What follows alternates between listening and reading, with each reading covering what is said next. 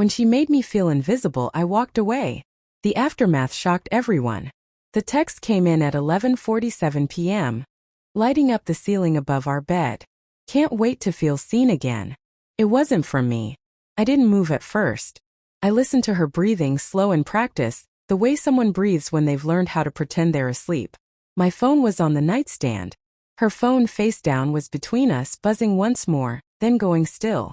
I stared at the dark and felt something hollow open inside my chest. For months she'd been making me feel invisible.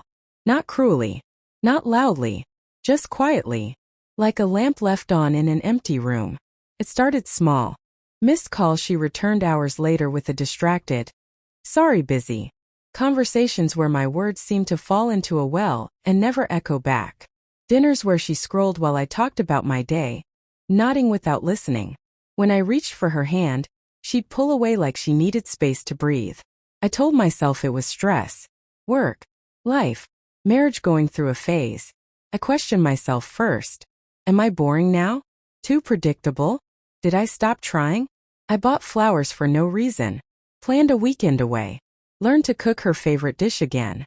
Each effort felt like dropping coins into a slot machine that never paid out. She started guarding her phone, turning the screen away, taking calls on the balcony, smiling at messages she didn't share. When I asked who she was talking to, she'd say, "Just a friend," with a tone that made me feel childish for asking. That night, after the text, I waited until she showered. My hand shook as I picked up her phone. I hated myself for it, but I hated not knowing more.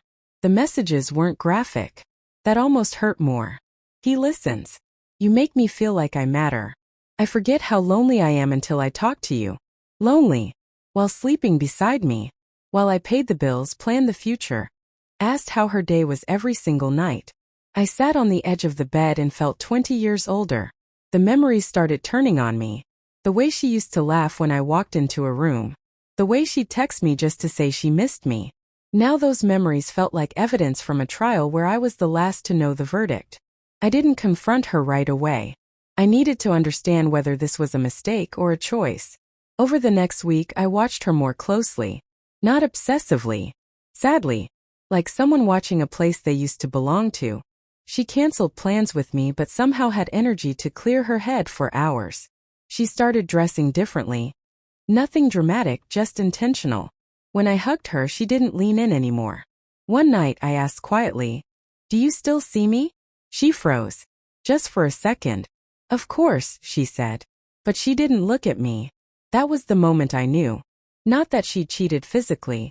Maybe she hadn't yet. But that she had already left in every way that mattered. When I finally confronted her, I didn't yell. That surprised her. "I read the messages," I said. She cried. Not defensively. Honestly. She told me she felt invisible too. That she didn't mean for it to happen. That it started as talking. That she missed feeling understood. Desired. Alive. "I never planned to hurt you," she said. I believed her. And somehow that made it worse. Because she didn't plan to protect me either. I told her I wasn't angry, just done. That I couldn't compete with someone who only had to show up in words, while I carried the weight of real life. I told her love shouldn't feel like begging to be noticed. When I packed a bag, she asked, "What if I end it? What if we try?" I looked at her and felt something painfully calm. "I've been trying," I said. Alone. Walking away wasn't dramatic. No slammed doors. Just a quiet exit from a life where I'd slowly erased myself. The aftermath shocked everyone. Friends thought I'd overreacted. Family said all couples go through rough patches.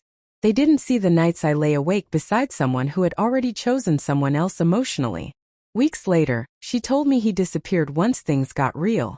That she finally understood what she'd risked. I listened.